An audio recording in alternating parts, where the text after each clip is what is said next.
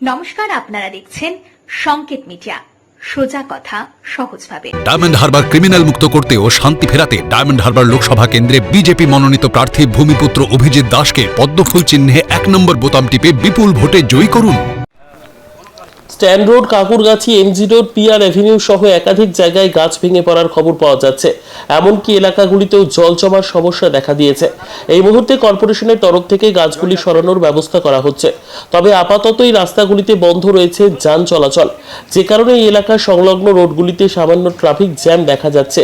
তবে যেহেতু ঝড় বৃষ্টির কারণে একাধিক সরকারি বাস বাতিল করা হয়েছে, যে কারণে অন্যান্য দিনের থেকে রাস্তায় আর যান চলাচলের সংখ্যাটা কম, তাই একাধিক রাস্তা বন্ধ করা হলেও শহরে সেভাবে ট্রাফিক পরিস্থিতি নজরে আসছে না।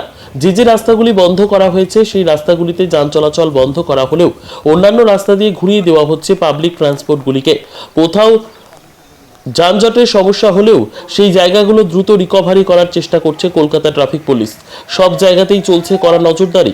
একদিকে যেমন কলকাতা পুলিশের তরফ থেকে কলকাতা পৌরসভার তরফ থেকে ভেঙে পড়া গাছগুলি সরানোর কাজ চলছে, অন্যদিকে যেখানে যেখানে জল জমেছে সেই জায়গাগুলিকে পাম্পের মাধ্যমে জল দ্রুত নিকাশের ব্যবস্থা করা হচ্ছে।